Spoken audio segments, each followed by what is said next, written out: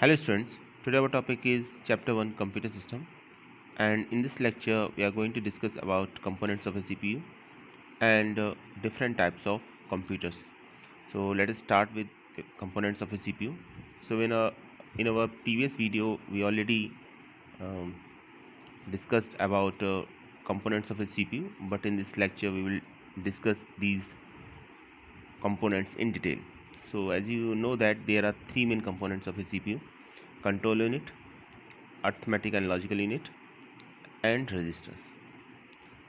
तो हमने last video में ऑलरेडी डिस्कस किया हुआ था ये control unit. So the role of the control unit is to control और monitor the entire operation of a computer system. तो कंट्रोल यूनिट का क्या काम है? ये हमारे कंप्यूटर के सभी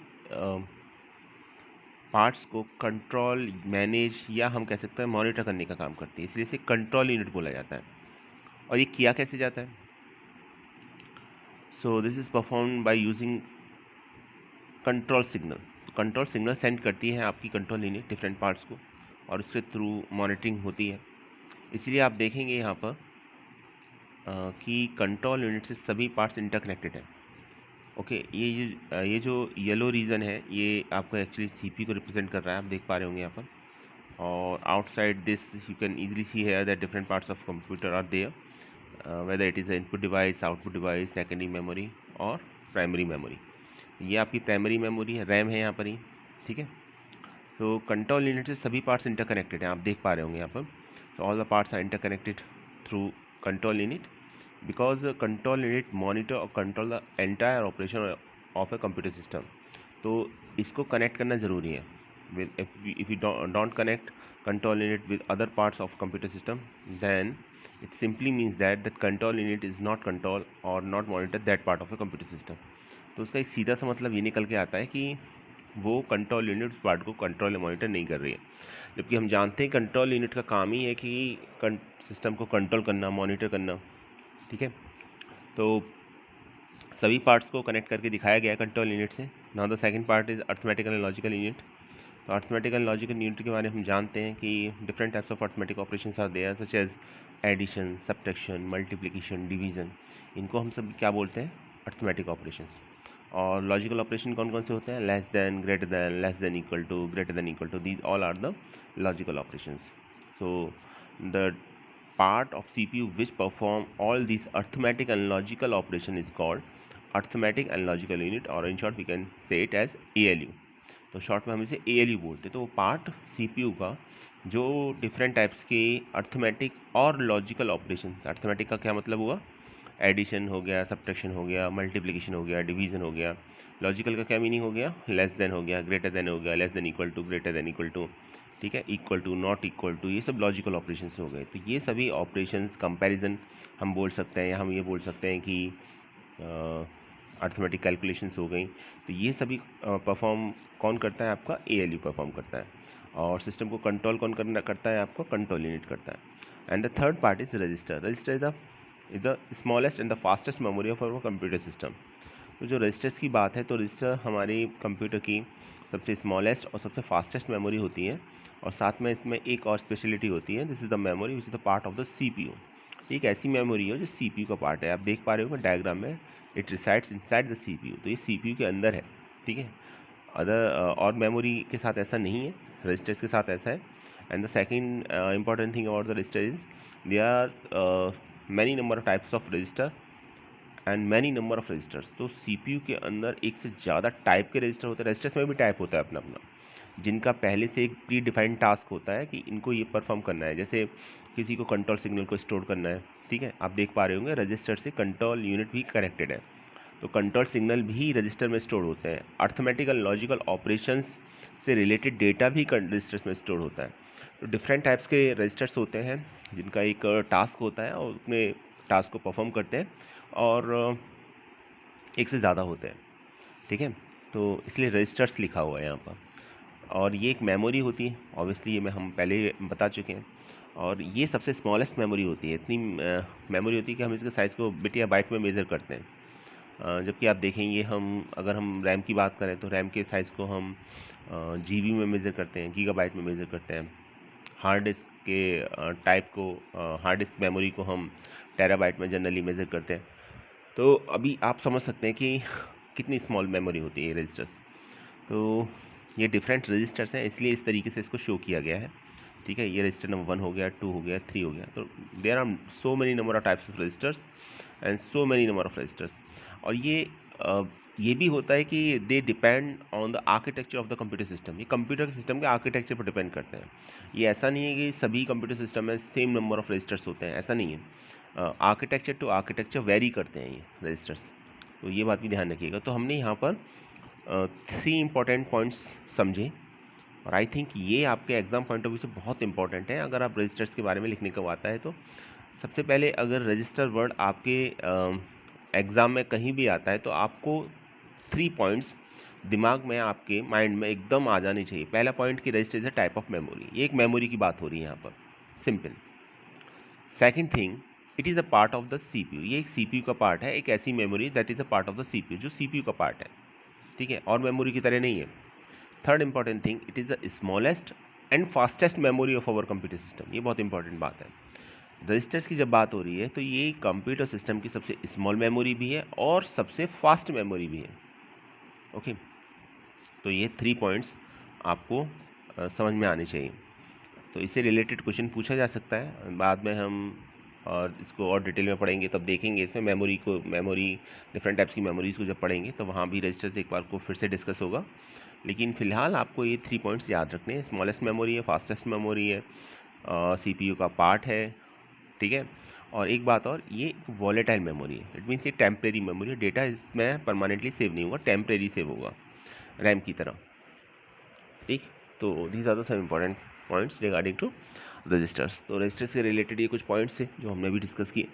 बाकी आप देख पा रहे हैं outside the CPU input unit है या इनपुट डिवाइसेस हैं, आउटपुट डिवाइसेस हैं, सेकेंडरी मेमोरी है। सो अगर आपको एग्ज़ाम में block diagram of computer system draw करने को आता है या सीपीयू का आर्किटेक्चर पूछा जाता है आपसे, सिस्टम तो सीपीयू का ब्लॉक डायग्राम पूछा जाता है तो आप इस डायग्राम को बना सकते हैं। सेम डायग्राम आपको computer application written by Sumita Arora class 9 में मिल जाएगा ये डायग्राम आपको। तो ये वहीं से लिया गया एक्चुअल में डायग्राम, तो वहाँ भी जाके आप देख सकते हैं इसका डिटेल डिस्क्रिप्शन। तो चलिए कुछ पॉइंट्स को डिस्कस करते हैं इसके बारे में। सबसे पहले रजिस्टर की बात करते हैं। रजिस्टर क्या है, देखिए, a register is a temporary storage area built into a CPU. तो ये हम ऑलरेडी डिस्कस कर चुके हैं कि register is a temporary memory, तो टेम्परेरी स्टोरेज है and built into the CPU, into a CPU. तो सीपीयू के अंदर है ये आपका, it is a part of the CPU, ये सीपीयू का पार्ट है और मेमोरी की तरह नहीं है, it is a part of the CPU. तो that is the first and most important point related to register. ये एकदम पॉइंट आपके माइंड में होना चाहिए हमेशा, जब भी कभी रजिस्टर पूछा जाता है इसको याद कर लीजिए, समझ लीजिए, रट लीजिए, ठीक है, क्योंकि इससे रिलेटेड क्वेश्चन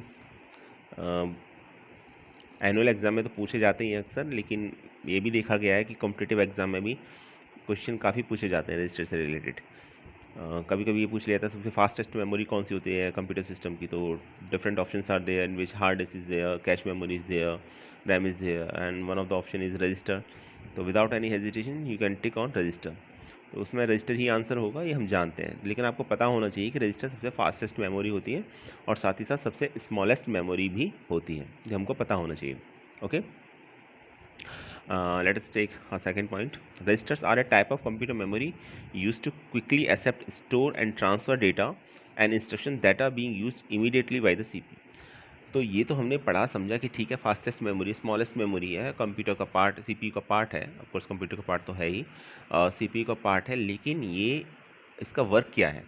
देखिए, वर्क इसका ये है कि सीपीयू को भी इनसाइड द सीपीयू एक मेमोरी की रिक्वायरमेंट होती है जिसमें वो इंटरमीडिएट कैलकुलेशंस को के रिजल्ट को स्टोर कर सके या वेरिएबल की वैल्यूज़ को स्टोर कर सके, तो वहाँ पर रजिस्टर का यूज़ होता है, ठीक है, तो या इंस्ट्रक्शन को स्टोर कर सके। तो इसलिए ये पॉइंट लिखा हुआ, registers are the type of computer memory use to quickly accept, store and transfer of data and instruction that are being used immediately by the CPU. तो जो सीपीयू के थ्रू यूज़ किया जा रहा है, चाहे कोई डेटा एक्सेप्ट किया जा रहा है, स्टोर किया जा रहा है, ट्रांसफ़र किया जा रहा है, तो वो सब data inside the CPU store करने के लिए एक मेमोरी होती है और उस मेमोरी का नाम रजिस्टर होता है। The register use by the CPU are often termed as processor register.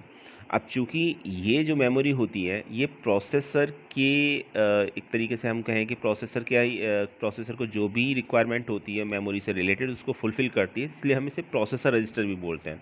ये कोई और टास्क नहीं करती, प्रोसेसर को जो भी सॉल्व करने प्रोसेसर क्या काम करेगा, कैलकुलेशन करेगा, आपका सीपीयू क्या काम करेगा, कैलकुलेशन करेगा। मान लीजिए हम सपोज इसको ऐसे समझिए कि आपको 2 नंबर्स को ऐड करना है, ए और बी को। ए इज़ इक्वल टू 5 है, बी इज़ इक्वल टू 6 है, रिजल्ट 11 है। तो ए इज़ इक्वल टू 5 और बी इज़ इक्वल टू 6 जब सीपीयू के थ्रू कैलकुलेट किए जा रहे होंगे इनसाइड द सीपीयू, तो इसकी वैल्यू भी इनसाइड द रजिस्टर तो कहीं इनसाइड द सीपीयू तो कहीं स्टोर की जा रही होगी। तो ये कहाँ स्टोर की जा रही होगी, ये स्टोर की जा रही होगी आपकी रजिस्टर्स के अंदर।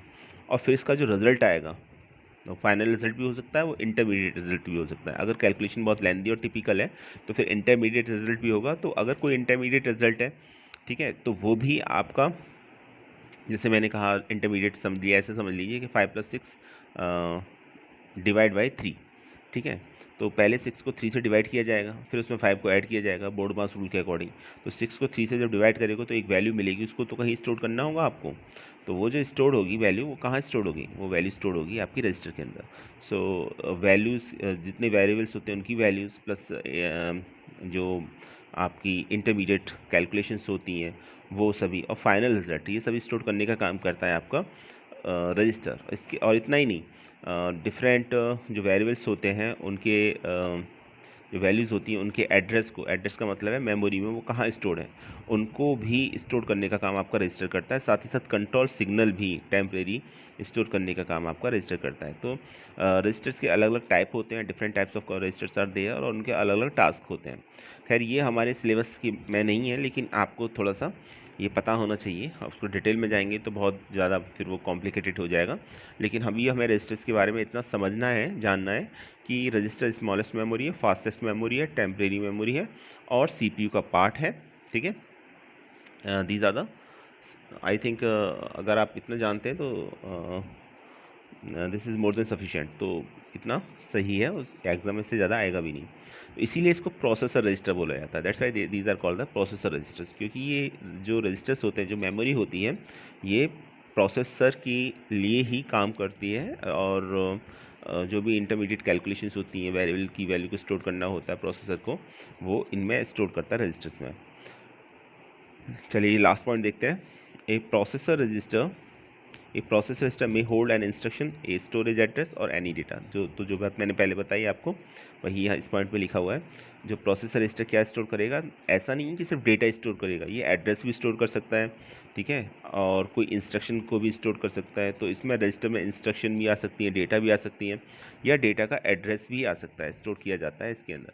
तो जो भी प्रोसेसर को रिक्वायरमेंट होती है, whatever with the requirement of the processor, that requirement will be fulfilled by registers. तो मेमोरी से रिलेटेड जो रिक्वायरमेंट होती है वो रजिस्टर अंदर इनसाइड द सीपीयू वो आपका रजिस्टर फुलफिल करता है, ठीक है। एक बार मैं आपको डायग्राम फिर से दिखा देता हूँ तो आपको और क्लियर थोड़ा आइडिया हो जाएगा। देखिए यहाँ रजिस्टर है, तो जो भी कुछ कैलकुलेशंस हो रही हैं या कंट्रोल यूनिट से रिलेटेड कुछ सिग्नल्स हैं, तो उनको टेम्परेरी स्टोरेज के लिए अगर कोई रिक्वायरमेंट है, कोई स्टोरेज चाहिए, तो वो स्टोरेज आपका रजिस्टर फुलफिल कराता है। मेन पॉइंट ये है आपका, क्लियर। चलिए आगे देखते हैं। So registers vary in both numbers and size depending on the CPU architecture. तो ये पॉइंट हम ऑलरेडी बता चुके थे आपको। तो ये बड़ा इंपॉर्टेंट पॉइंट है कि जो रजिस्टर्स होते हैं वो नंबर्स और साइज़ में वेरी करते हैं। ऐसा नहीं है कि सभी सिस्टम्स में नंबर ऑफ़ रजिस्टर सेम होते हैं, ठीक है, और सभी सिस्टम्स में उनका साइज भी सेम होता है, ऐसा नहीं होता है। साइज़ और नंबर रजिस्टर्स के वेरी करते हैं। जैसे आपने सिस्टम का नाम सुना होगा 32 बिट सिस्टम, 64 बिट सिस्टम। तो वहाँ जब हम 32 बिट सिस्टम या 64 बिट कंप्यूटर सिस्टम की बात करते हैं तो एक्चुअली बात वहाँ रजिस्टर की ही हो रही होती है, ठीक है। और जो ये जो बिट होती हैं, या हमेशा याद रखिएगा 2 पावर n में कैलकुलेट होती हैं। जैसे 2 पावर 5 कितना हो जाएगा 32, और 2 पावर 6 कितना हो जाएगा 64। खैर ये एक अलग बात है, इसको हम यहाँ डिस्कस नहीं कर रहे हैं, लेकिन एक बात थी तो पॉइंट था तो बता दिया मैंने आपको। तो ये पॉइंट यहाँ पर मेन पॉइंट ये है कि registers vary in both numbers and size. तो नंबर्स में भी वेरी करते हैं और साइज़ में भी वेरी करते हैं। डिफरेंट कंप्यूटर्स में इनका साइज़ और नंबर्स वेरी किया जाता है, स्पेशली अगर आर्किटेक्चर चेंज हो जाए तो फिर तो चेंज होना ही होना है नंबर ऑफ़ रजिस्टर्स को, टाइप ऑफ द रजिस्टर्स को। तो ऐसा भी है, कंप्यूटर का आर्किटेक्चर चेंज है तो इसमें नंबर और टाइप दोनों वेरी होंगे ही होंगे उसके अंदर। अब देखिए वही पॉइंट लिखा हुआ है, some processors have 8 registers while other have 16, 32 और मोर। तो कुछ में 8 होता है, कुछ में 16 होता है, कुछ 32 होता है, कुछ में उससे ज़्यादा होता है। तो now it is 64 bit computer system is very common. तो 64 बिट कॉमन है, तो ये तो आउटडेटेड है 8, 16, 32 भी। तो for many years register were 32 bit but now many are 64 bit in size. तो वही पॉइंट लिखा हुआ है, बहुत पहले ऐसा होता था 32 बिट रजिस्टर्स कंप्यूटर सिस्टम में होते थे, लेकिन अब तो 64 बिट ही आते हैं साइज़ में और उससे ज़्यादा भी आने लगे हैं। तो ये एक पॉइंट था, तो ये रजिस्टर के बारे में था। आई थिंक अभी रजिस्टर के बारे में आपको क्लियर हो चुका होगा। चलिए एक बार समराइज़ कर देते हैं पूरे सभी पॉइंट्स को। रजिस्टर स्मॉलेस्ट मेमोरी, याद रखिए it is the smallest memory of our computer system. Second thing, it is the fastest memory of our computer system. Third point, it is a part of the CPU और processor, ये CPU का part है, processor का part है। Fourth, as far as functioning is concern, it store the intermediate result of CPU. तो ये CPU के intermediate result को स्टोर करती है and as well as the final result और calculation perform by the CPU. तो इसमें जो सीपीयू का जो भी कैलकुलेशन करता है, फाइनल रिजल्ट जहाँ होता है या इंटरमीडिएट रिजल्ट होता है, वो सभी स्टोर करने का काम कौन करता है? वो सभी रिजल्ट स्टोर करने का काम आपका रजिस्टर्स करता है। और एक पॉइंट और, registers vary in both numbers and size, depend on the computer architecture. तो ये कंप्यूटर आर्किटेक्चर के ऊपर डिपेंड करता है कि उस रजिस्टर्स कितने रजिस्टर्स होंगे और रजिस्टर्स का टाइप क्या होगा, साइज क्या होगा। क्लियर है? रजिस्टर्स के भी टाइप होते हैं, डिफरेंट टाइप्स होते हैं। ऐसा नहीं कि सभी, जैसे डेटा स्टोर करने के लिए अलग रजिस्टर होते हैं, कंट्रोल सिग्नल स्टोर करने के लिए अलग रजिस्टर होते हैं, एड्रेस स्टोर करने के लिए अलग रजिस्टर होते हैं। ठीक है, तो इस तरीके से रजिस्टर होते हैं। फाइनल रिजल्ट करने के लिए एक अलग रजिस्टर होता है। तो फिलहाल हमारा टॉपिक रजिस्टर, हमें सिर्फ उतना ही पढ़ना है जितना हमारे सिलेबस से रिलेट करता है। अदरवाइज़ तो रजिस्टर एक अपने आप में एक बहुत बड़ा टॉपिक है, और जो कंप्लीट असेंबली लैंग्वेज है वो रजिस्टर के ऊपर ही डिपेंड है। तो हम वहाँ जाएंगे तो फिर असेंबली लैंग्वेज अगर आप पढ़ना चाहते हैं अगर, तो आपको रजिस्टर्स के बारे में अच्छी खासी नॉलेज होनी चाहिए। अदरवाइज़ आप असेंबली लैंग्वेज को समझ ही नहीं सकते। खैर वो हमारा टॉपिक नहीं है। तो बात थी रजिस्टर्स की, तो ये सभी रजिस्टर्स के बारे में पॉइंट थे। आई थिंक अभी समझ में आ चुका होगा, एग्ज़ाम में आता है तो ये पॉइंट याद रखिएगा। और ऐसा नहीं है कि सिर्फ रजिस्टर्स के बारे में आपको सिर्फ ये पॉइंट से याद कर लेंगे तो ऐसा ही होगा। इसमें एमसीक्यू भी आ सकते हैं और इसमें मल्टीपल चॉइस क्वेश्चन, अच्छी खासी मल्टीपल चॉइस क्वेश्चन बनते हैं। ठीक है, क्योंकि ये एक स्पेशल टाइप ऑफ मेमोरी है। स्पेशल इसीलिए क्योंकि ये एक ऐसी मेमोरी है, पहली बात तो जो सीपीयू का पार्ट है, अदर मेमोरी की तरह नहीं है, रैम की तरह नहीं है। ठीक है, या हार्ड डिस्क की तरह नहीं है। रैम और हार्ड डिस्क आपकी सीपीयू का पार्ट नहीं होती। दूसरा ये कि सबसे फास्टेस्ट मेमोरी है। थर्ड ये कि सबसे स्मॉलेस्ट मेमोरी है। क्लियर है? और इसको प्रोसेसर रजिस्टर्स भी बोलते हैं। और सबसे बड़ी बात ये आपकी कंप्यूटर टू कंप्यूटर या कंप्यूटर आर्किटेक्चर के, सीपीयू आर्किटेक्चर के ऊपर डिपेंड करती है। ठीक है, तो ये नंबर्स और साइज़ दोनों में वेरी करते हैं कंप्यूटर टू कंप्यूटर। जहाँ भी सीपीयू आर्किटेक्चर डिफर होगा वहाँ टोटल नंबर ऑफ़ रजिस्टर्स, उनका साइज़ भी डिफर करेगा। तो ये भी एक पॉइंट था। चलिए आगे देखते हैं। ALU, arithmetic and logical unit. So this unit performs the computing functions such as given below, involving numbers, arithmetic operation which include addition, subtraction, multiplication, division. Logical operation involves comparison such as less than, greater than or equal to. तो arithmetic logical unit के बारे में तो I think उसकी full form अगर आपको पता है तो आप उसके बारे में लिख ही दोगे। अर्थमेटिकल लॉजिकल यूनिट, तो ये 2 वर्ड्स हैं, अर्थमेटिक ऑपरेशंस और लॉजिकल ऑपरेशन। अर्थमेटिक ऑपरेशन याद रखिएगा, एडिशन, सब्ट्रैक्शन, मल्टीप्लिकेशन, डिवीजन, ये क्या कहलाते हैं? ये कहलाते हैं अर्थमेटिक ऑपरेशन। और जब हम बात करते हैं लॉजिकल ऑपरेशन की, तो less than, greater than, less than equal to, greater than equal to, ये कैसे कहलाते हैं? ये कहलाते हैं आपके ये कहलाएंगे आपके लॉजिकल ऑपरेशंस। तो जो यूनिट इन दोनों टास्क को परफॉर्म करती है, अर्थमेटिक और लॉजिकल, उसको हम ALU बोलते हैं। क्लियर? एक ये हो गया आपका।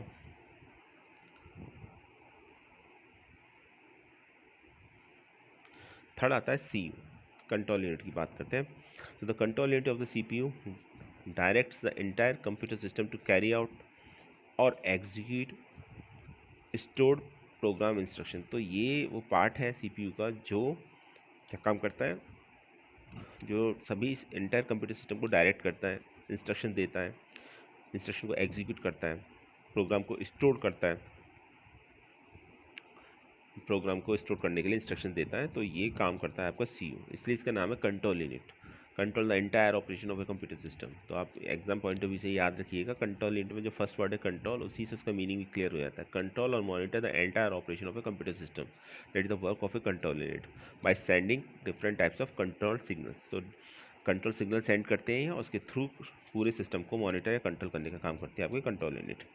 सेकेंड पॉइंट है computer unit directs data flow between the computer processor, memory and input output devices. Wait a second. Okay, यहाँ डेटा फ्लो बिटवीन रिपीट हो चुका है तो आप इसे अवॉइड कर दीजिएगा। Okay, so computer unit directs data flow between the computer processor, memory, input output devices. तो कंट्रोल यूनिट है, यहाँ पर कंप्यूट यूनिट लिखा हुआ है। Again there is a small mistake here. So control unit directs data flow between the computer processor, memory and input output devices. तो ये data flow check करता है आपका, ठीक है, या हम कह सकते हैं डायरेक्ट करता है या देखता है आपका कि किस तरीके से कंप्यूटर प्रोसेसर, मेमोरी और इनपुट आउटपुट डिवाइसेस के बीच में डेटा ट्रांसफ़र हो रहा है। So that is another work of CU और कंट्रोल यूनिट। अभी एक डिफरेंस है, और वैसे डिफरेंस बनता तो नहीं है, लेकिन स्टूडेंट मैंने देखा है इसमें कंफ्यूज होते हुए सीपीयू और एएलयू में कि तो एक डिफरेंस सीपीयू वर्सेस एएलयू का एक कंपैरिजन चार्ट है जिसमें बताया गया है कि सीपीयू एएलयू से किस तरीके से अलग है। देखिए, तो जहाँ तक डिफरेंस की बात आती है तो ये पॉइंट आपको हमेशा याद होना चाहिए, ALU is a part of CPU, ALU CPU का पार्ट है। क्लियर है? ALU is a part of CPU, तो एएलयू की जो भी फंक्शनिंग है that is also the part of the CPU. तो सीपीयू का जो एएलयू की फंक्शनिंग होगी वो सीपीयू की तो होंगी ही होंगी, ठीक है। सो एक तो मेन डिफरेंस ये है, तो आप इसको भी याद रखिएगा। Second is full form, full form याद रखिएगा, एग्जाम में अक्सर पूछ ली जाती है फुल फॉर्म। सीपीयू की full form central processing unit हम जानते हैं। एएलयू की फुल फॉर्म होती है अर्थमेटिक एंड लॉजिकल यूनिट, ये भी हमको पता है, ऑलरेडी डिस्कस हो चुका है। अभी चलिए सीपीयू के बारे में फर्स्ट पॉइंट क्या दे रखा है, देखिए, electronic circuitry with in a computer that carries out the instruction of a computer program by performing the basic arithmetic, logical, control and input output operation specified by the instructions. And for ALU, combinational digital electronic circuit that carries out arithmetic and logical operations on the operands in computer instructions. तो इसमें point ये है कि एक electronic circuit है, ठीक है, CPU, जो किस तरह की ऑपरेशन परफॉर्म करता है, ये arithmetic, logical, control, input output operation जो भी इंस्ट्रक्शन के थ्रू दिए जाते हैं वो उनको परफॉर्म किया जाता है। जबकि ये कॉम्बिनेशनल डिजिटल सर्किट है। अब कॉम्बिनेशनल डिजिटल सर्किट को बताएंगे तो डिटेल में बताना पड़ेगा आपको, ठीक है। तो अभी फ़िलहाल इसको याद ही कर लीजिए पॉइंट को। It is a type of circuit, combinational digital circuit एक इलेक्ट्रॉनिक सर्किट का एक टाइप होता है, ठीक है। इसमें ऐसे समझ लीजिए कि इसमें आपके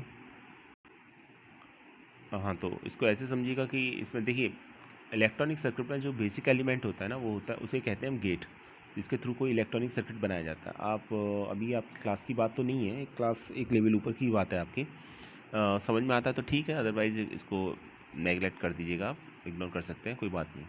तो फिर भी एक रफ आइडिया के लिए मैं आपको बता देता हूँ कि जो बेसिक एलिमेंट होता है उनको हम बोलते हैं गेट। तो जो कॉम्बिनेशन सर्किट्स होते हैं ये आप डिफरेंट टाइप्स के गेट के कॉम्बिनेशन से बनते हैं, और इसमें एक खास बात ये होती है कि इसमें किसी प्रीवियस स्टेट से कोई लेना देना नहीं होता। इसमें हम इनपुट देते हैं और उसके बिहाफ पर हम आउटपुट को चेक करते हैं, इसको कॉम्बिनेशनल डिजिटल सर्किट बोला जाता है। तो ये कॉम्बिनेशनल डिजिटल इलेक्ट्रॉनिक सर्किट है जो अर्थमेटिक और लॉजिकल ऑपरेशंस को परफॉर्म करता है। देखिए डेफिनेशन का जो इंपॉर्टेंट पॉइंट है, जो डिफरेंस का इंपॉर्टेंट पॉइंट है वो ये है कि एएलयू जहाँ सिर्फ अर्थमेटिक, और ये तो एक अलग बात होगी, इलेक्ट्रॉनिक सर्किट दे रखा है या कॉम्बिनेशन सर्किट दे रखा है, लेकिन जो मेन पॉइंट है वो समझिए आप, मेन पॉइंट ये है कि ALU जहाँ सिर्फ अर्थमेटिक और लॉजिकल ऑपरेशन को परफॉर्म करेगा, वहाँ CPU अर्थमेटिक और लॉजिकल ऑपरेशन परफॉर्म करने के साथ साथ इसमें आपका in different types of input output operations हो गए या वो कंट्रोल ऑपरेशंस हो गए, उनको भी परफॉर्म करता है, जो भी इंस्ट्रक्शन के थ्रू दिए जाता है।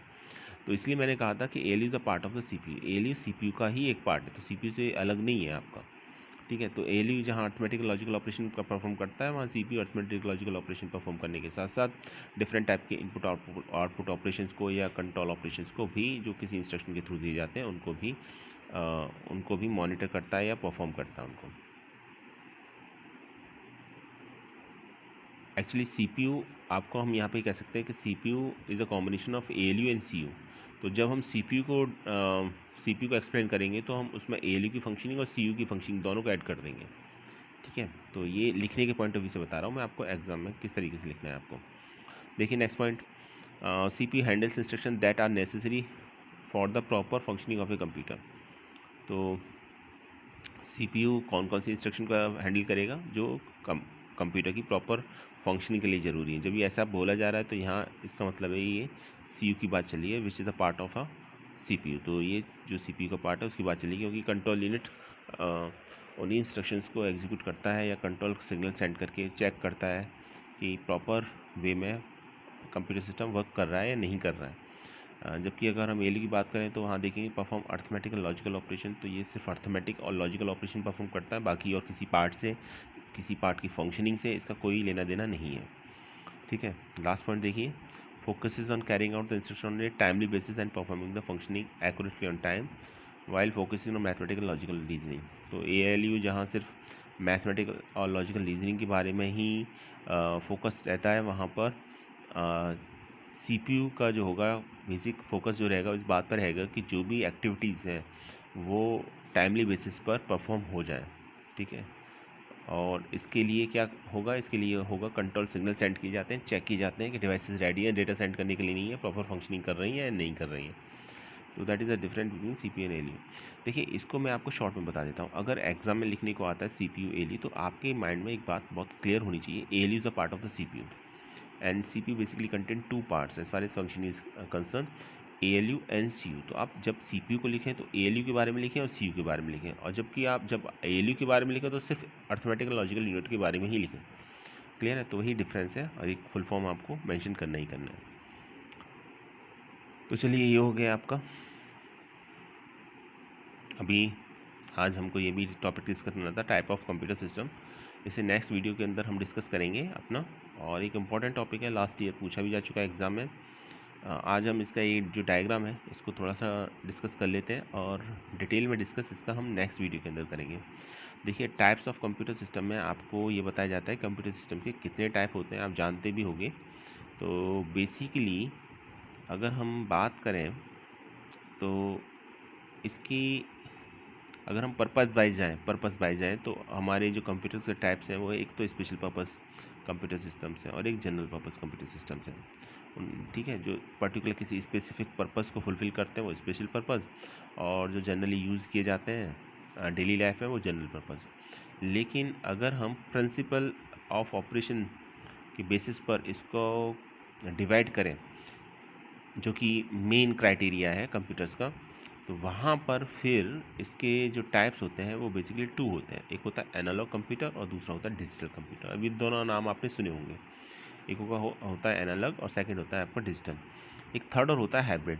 अलग तो नहीं है ये, actually hybrid is nothing but only the combination of analog and digital computers. तो ये दोनों ही कंप्यूटर का कॉम्बिनेशन है, या हम ये कह सकते हैं दोनों के फीचर्स हाइब्रिड कंप्यूटर्स के अंदर आते हैं। तो बेसिक जो डिवीज़न है वो यही है। On the basis of principle we can say that computer is divided into two different category, analog and digital. अभी जो हम यूज़ करते हैं वो डिजिटल यूज़ करते हैं, तो एनालॉग का तो कोई टाइप नहीं है, लेकिन हाँ डिजिटल को फिर फर्दर क्लासीफाई किया जा सकता है। ये हैं आपके एम्बेडेड हो जाएंगे, ठीक है, पर्सनल और डेस्कटॉप कंप्यूटर हो जाएंगे जो हम यूज़ करते हैं, ठीक। इसके बाद आपके मिनी कंप्यूटर आ जाएगा, इसके बाद मेन फ्रेम आ जाएगा और सुपर कंप्यूटर आ जाएगा। जो लेटेस्ट आपका ट्रेंड है, सबसे ज़्यादा फास्ट कैलकुलेशन करने के लिए जो यूज़ किया जाता है वो सुपर कंप्यूटर यूज़ होता है। तो अभी आपने देखा कि डिजिटल कंप्यूटर को फिर से फर्दर क्लासीफाई किया जा सकता है embedded, personal, mini computer, main frame computer और सुपर कंप्यूटर में। ठीक है। तो ये बेसिकली 2 टाइप्स होते हैं एनालॉग और डिजिटल कंप्यूटर्स के। तो आज की वीडियो के लिए इतना ही, आज के लिए सिर्फ इतना। अभी एनालॉग कंप्यूटर्स के बारे में आपको एक पॉइंट बता देता हूँ, ताकि आपको थोड़ा सा एक रफ आइडिया हो जाए कि जब अब हम इसको कल कंटिन्यू करेंगे तो थोड़ा सा बुक में देख के पढ़ के आइएगा, तो फिर इसको और डिटेल में डिस्कस करेंगे। जो एनालॉग कंप्यूटर्स होते हैं वो कंटिन्यूस फिजिकल क्वांटिटीज़ पर वर्क करते हैं, जैसे वोल्टेज पर, करंट पर, टेम्परेचर पर, ठीक है। जबकि जो डिजिटल कंप्यूटर्स होते हैं वो डिसकंटिन्यूस डेटा पर वर्क करते हैं, ठीक है, यानी 0-1 पर वर्क करते हैं खाली। तो ये बेसिक डिफरेंस है एनालॉग डिजिटल में। कल इसे डिटेल में डिस्कस करेंगे। आज के लिए इतना ही। Thanks for watching this video.